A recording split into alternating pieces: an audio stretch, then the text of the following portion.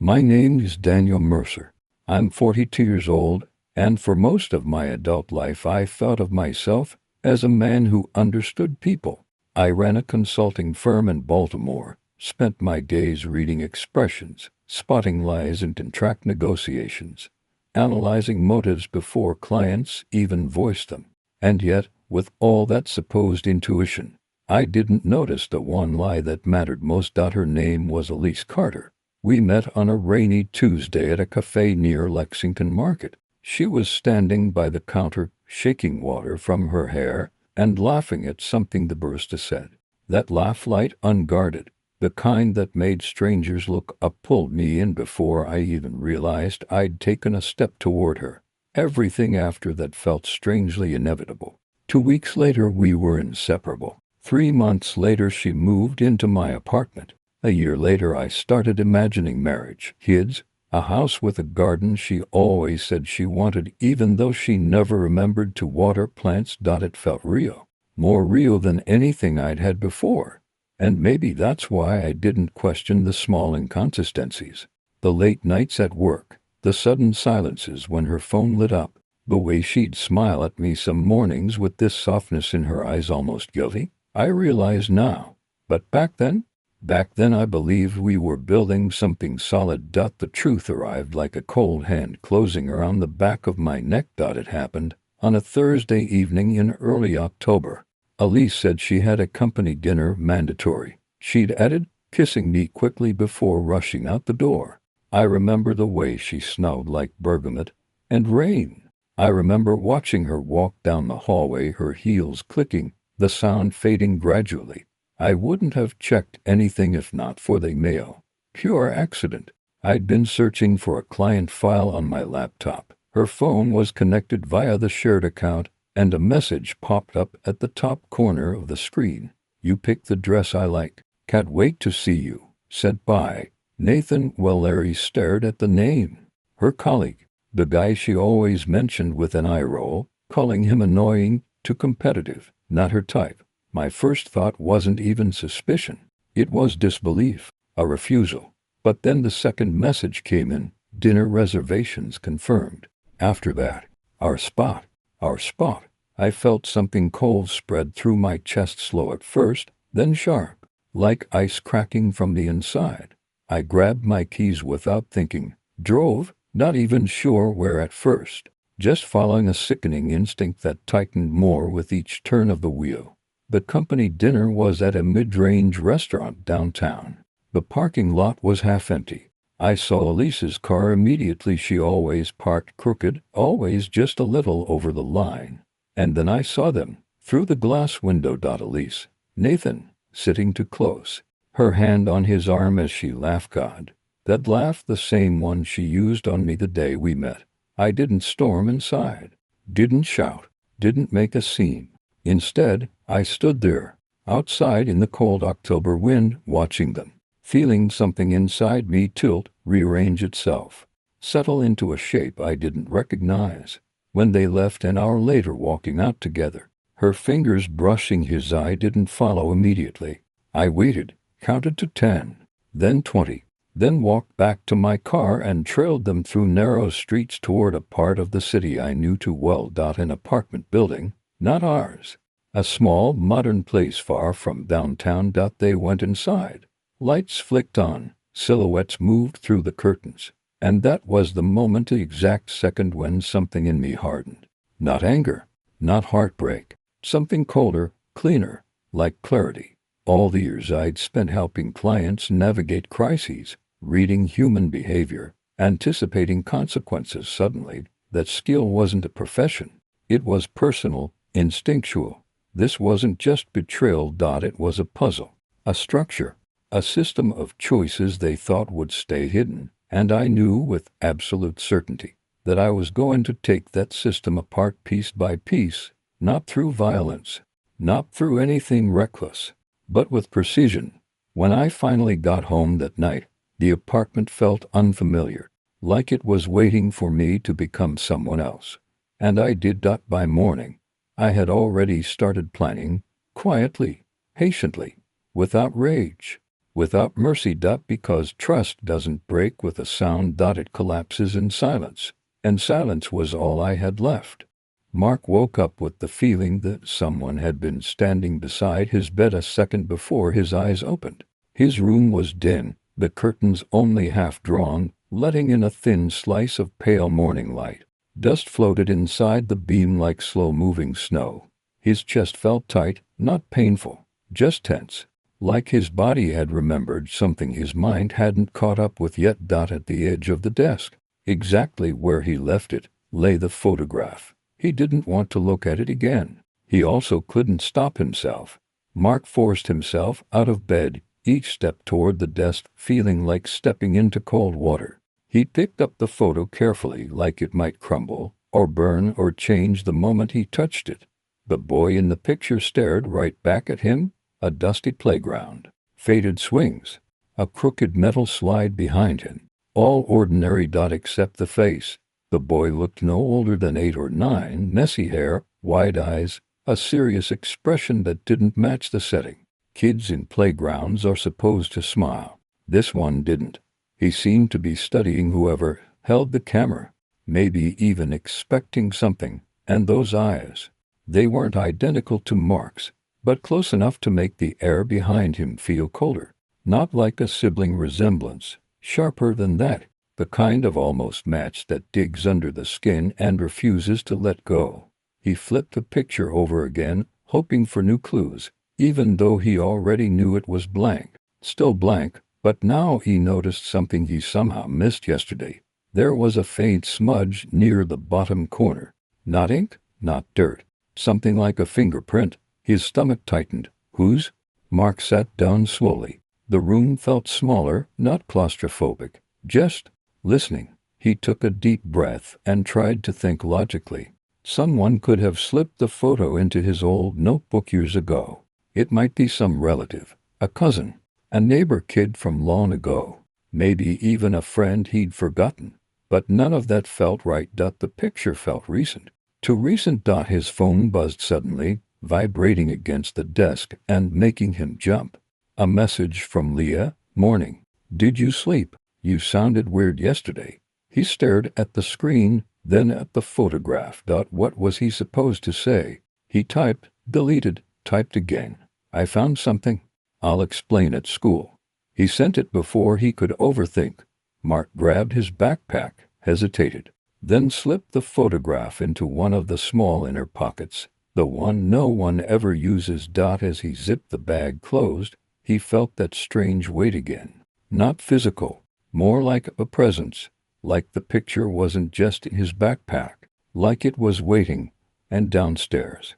As he put on his shoes, he got the feeling, the eerie, tingling feeling, that once he stepped outside, this wasn't going to stay a small mystery. It was the kind of feeling that marks a before and after. He opened the door. The silence of the morning felt unnatural, too still, like the world was caused just for him. Mark stepped out anyway. Whatever this was, it had already begun. Mark couldn't focus the entire morning. Not on the walk to school, not in class, not even when the teacher called his name twice, and he answered a beat too late. His mind kept circling back to the boy in the photograph, the two familiar eyes, the blank reverse side. The fingerprint smudged. It felt like a puzzle piece someone had slipped into the wrong box, but somehow it still fit. At lunch, he finally found a quiet table in the corner of the courtyard. He dropped his backpack onto the bench, and before he could talk himself out of it, and zipped the hidden inner pocket, the photograph was still there, untouched, silent, like it had been waiting. Okay, he whispered to himself. Let's figure out who you are. He set the photo on the table and leaned close, studying every detail. The rusty slide, the old fence in the background, a wall with peeling yellow paint behind the swings. Something about the place tugged at him. Not recognition, something more like déjà vu stretched over fog. Leah slid into the seat across from him without warning. What's that? She asked, raising a brow. Mark jumped slightly and instinctively covered the picture with his hand. Nothing. He knew immediately how unconvincing that sounded. Leah leaned forward. Mark, You told me you found something weird yesterday. Was it that? He hesitated. He wanted to trust her. Leah had been his best friend for years. But something inside him whispered caution, the same quiet instinct that had woken him before dawn. Still, he slowly moved his hand. She studied the photograph for a moment. Her expression didn't change. No shock, no recognition, no confusion. Just a soft exhale through her nose. Is that you as a kid? Mark's stomach tightened. He expected disbelief or questions, not that. No, he said quickly. It's not me. She blinked. He looks like you. I mean kind of. That word again. Mark picked up the photo, his fingers pressing the edges. Leah looked around, lowering her voice. Where did you get it? In an old notebook, he said. But I didn't put it there. And I don't remember the kid, or the place, or anything. Leah leaned back, chewing her lip. She did that when she was thinking too hard. Maybe it's from when you were little. Maybe you forgot. I wouldn't forget something like this, Mark muttered. He knew his past. At least, he thought he did. His childhood wasn't some blurry, chaotic mess. He could recall birthdays, old apartments, even the color of the bike he'd had at age 7. Nothing about this photo matched any of those memories. What if it's not about remembering? Leah said suddenly. What if someone wanted you to find it? A cold stir ran through him. He hadn't said it out loud, but that exact thought had followed him like a shadow all morning. Mark's phone buzzed before he could respond. An unknown number. No name, just a text. You're getting close. His breath caught. Leah noticed his change in expression. What is it? He showed her the screen. Her eyes widened. What the hell, Mark? Who is that? I don't know, he whispered. A second message arrived instantly, as if the sender had been waiting for his attention. Don't trust the people you think you know. Mark's skin prickled.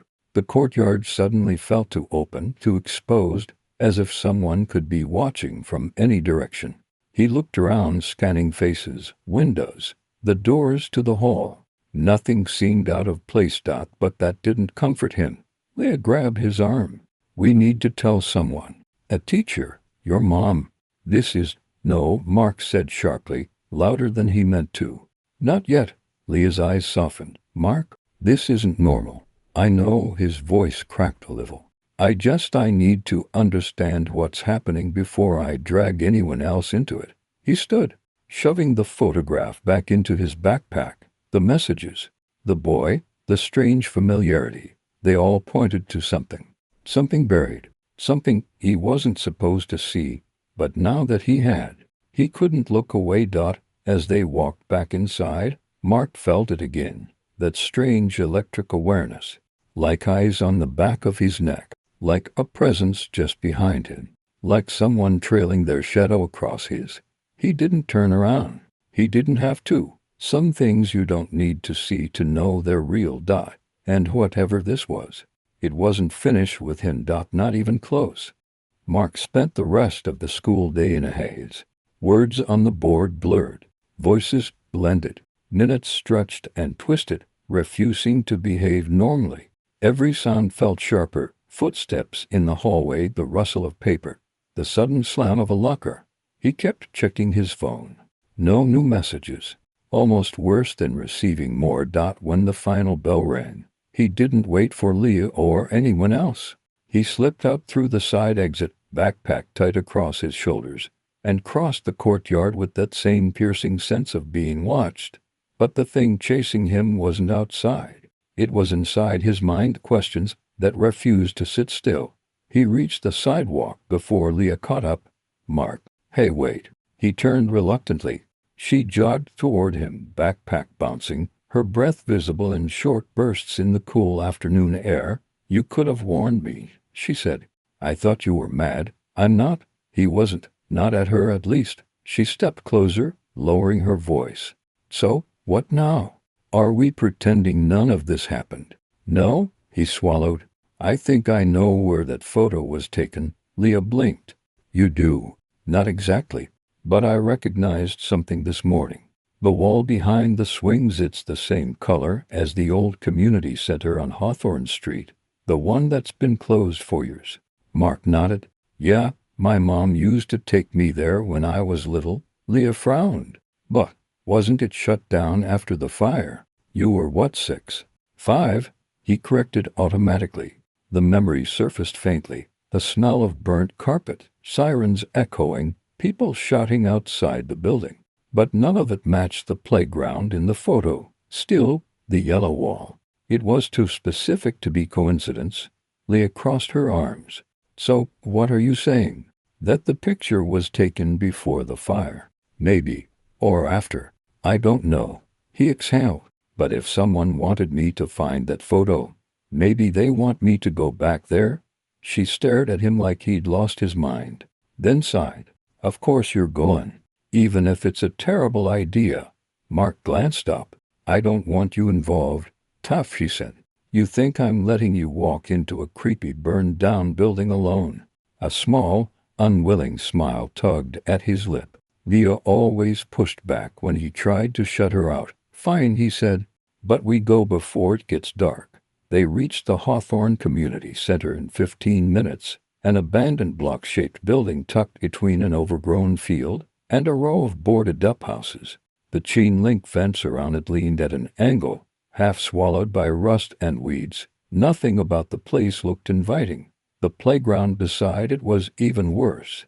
Swings without seats. A slide bent sideways like a broken rib. And behind it all, the wall. Yellow, peeling, exactly like the photograph. Leah whispered, "Oh my God, Mark, it really is the same place." He felt cold, not scared, just deeply wrong, like the ground had shifted under him. They approached the fence. One section had already been cut, a rough, jagged opening just wide enough for a person to slide through. Someone had been here recently. Mark crouched and slipped inside, brushing dirt off his jeans. Leah followed, less gracefully, muttering something about tetanus. They moved toward the playground. The closer they got, the heavier the air felt, thick, dusty, almost damp. Mark paused in front of the slide, then crouched to look at the ground. A footprint, small, faded, not recent but not ancient either. Leah knelt beside him. Maybe some kid snuck in. No, Mark whispered. Look at the size. She froze. The print belonged to a child far younger than them, the same age as the boy in the photo. Mark stood, heart pounding. He looked at the swings, the wall, the rusted playground equipment. Everything felt familiar in a way that made his skin crawl. He walked toward the wall, that same yellow wall, and reached out. The paint flaked under his fingers. Something tugged at his memory. Not an image, a feeling, a presence, a shadow of something he couldn't grasp. Then he saw it. A mark on the wall. Something small carved shallowly into the peeling paint. A name, or half of one. Marlia covered her mouth. Is that? It's not me, Mark said instantly, though he didn't fully believe it. He stepped closer. The carving was childlike, uneven, shaky, done with something sharp but unsteady. You carved that? Leah whispered. He shook his head. No, I don't remember doing this. I don't remember ever playing here. The community center closed before I was old enough to. His voice stopped. A memory flickered behind his eyes. Not a full scene, not even an image, just sound, crying, a child crying. The trembling echo of a door slamming shut. The sound vanished as quickly as it came, leaving Mark breathless. Leah touched his arm gently. Hey, Mark, look at me. He forced his eyes open. But before Leah could say another word, Mark's phone buzzed. Again, he pulled it out with shaking fingers. One new message. Good, you came back. The world went silent. Then another message. Followed, instant, sharp, purposeful. Do you remember yet? Leah stared at the screen, pale. Mark, how do they know where you are? His breathing grew shallow. He turned slowly, scanning the playground. The windows of the abandoned building, the edges of the field. Someone was watching them. Someone who knew exactly why he was here. Someone who wanted him to remember something he had spent years trying to forget. And as the wind shifted, carrying the faintest hint of burnt wood, Mark realized the past wasn't done with him, not even close. Elias spent the rest of the day pretending everything was fine, Pretending Clara's sudden change of behavior didn't bother him. Pretending the strange coded message in her notebook wasn't burning a hole in his pocket. Pretending the man in the gray coat who watched him from across the street for the second time wasn't real. By evening, the fog in the town thickened enough to burst streetlights into milky halos. Shadows drifted like slow tides. The world felt softer, quieter, as if holding its breath. Elias walked home with the familiar tightness in his chest, a strange mix of dread and urgency, like he was missing something he should have understood already. When he reached his old wooden house, everything looked normal from the outside. The porch light flickered the same way it always had. The wind pushed gently against the shutters, but the moment he stepped inside, he felt it, a subtle shift in the air, a difference he couldn't name yet. He locked the door behind him, habit or instinct. The house was calm. Too calm. He placed his backpack on the table and pulled out Clara's notebook. His thumb brushed over the worn edges. Inside, the inked message he couldn't decipher stared back at him like a riddle with teeth. He remembers only when you forget. Elias still didn't know who he was supposed to be. He moved through the house carefully, his steps soft on the creaking floorboards. It wasn't until he passed the narrow hallway near the staircase that he noticed it, a faint line on the wall, forming a perfect rectangle. He had lived here his whole life. He knew every crack, every corner, every imperfection in the walls. This wasn't one of them. He leaned closer. The line wasn't paint. It was a gap, a door.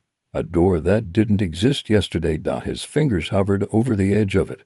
The wood felt colder than the rest of the wall, almost metallic. Elias swallowed and tried to steady his breathing, but curiosity pulled at him like gravity. He pressed against the panel lightly, and it shifted inward with a soft click. The door slid open. A faint, pale light spilled out, not warm like a lamp, but sterile and blue-toned, like it belonged in a place where feelings were unwelcome. Elias stepped inside before he had time to rethink it. The room was small, square, windowless. The air smelled faintly of dust and something old, something untouched. It wasn't abandoned, it felt prepared, as if someone had arranged it for him. On the opposite wall hung a single framed photograph. Elias froze. It was a picture of him. Not a recent one. Not something from school. This was him at around 7 years old, sitting on that same staircase just outside the hidden door. In the photo, he was staring off to the side, and beside him stood a tall figure, blurred, almost smudged, like the camera hadn't been capable of capturing it clearly. Elias had never seen this photograph before. He took a hesitant step closer. His pulse hammered in his throat, too loud, too fast. The child version of him in the picture looked uneasy, shoulders slightly raised, hands clenched. Whoever stood next to him, the blurred figure, seemed to lean in, as if whispering something. Below the frame, a small wooden box sat on a narrow table. Elias reached for it, hand trembling. When he opened the lid, he found a metal key, cool to the touch, tied with a piece of faded red string. Next to it lay a folded piece of paper, aged around the edges. He unfolded it slowly. If you found this room, then you are starting to remember.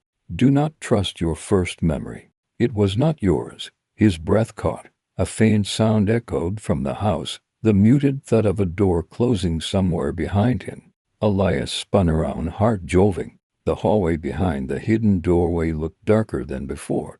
Like the shadows had thickened, someone was in the house. He felt it with the same certainty he felt cold or hunger. He pocketed the key and stepped out of the room, half expecting the door to slam shut behind him. But it stayed open, as if watching him. Soft footsteps creaked somewhere near the kitchen. Elias moved quietly, the adrenaline pushing away his hesitation. He reached the end of the hall and peered into the kitchen. Nothing. The air was still, the faucet dripping the same slow rhythm it always did, but the back door was unlocked. He hadn't left it that way. He pushed it closed with a quiet click. His hands were still shaking when he turned around and froze. On the kitchen table, where he had left Clara's notebook, something new lay on top of it. A second notebook. Identical. Same color, same wear, same creases. except this one had a small symbol drawn on the cover, a thin circle intersected by a vertical line. Elias reached out and opened it. The first page contained a single sentence, written in handwriting identical to Clara's, but not quite, as if someone had studied it, mimicked it, but hadn't fully understood the rhythm of human writing. You were never supposed to open the door. A cold chill spread across Elias's spine. He shut the notebook, breathing shallow, trying to think, trying to make sense of anything. But nothing added up. Nothing stayed still long enough for him to understand. A soft vibration buzzed in his pocket. His phone. He took it out. A new message. From Clara. Or at least, from her number. Elias. Leave the house now. Don't look for me. Don't go back to the room. He typed immediately. Clara, what's happening? Are you okay? 3 blinking dots appeared, then stopped, then appeared again. Finally a reply. He's almost awake. Elias's mouth went dry before he could type again. The light in the hallway flickered once, twice, and the hidden door slammed shut with a noise sharp enough to echo through the house. Like a breaking bone, the entire house went silent, too. Silent. As if something on the other side of the door was now listening. Elias backed away slowly, pulse roaring in his ears. Whatever was happening, it was no longer something he could pretend to ignore. And Clara, wherever she was, knew much more than she ever told him.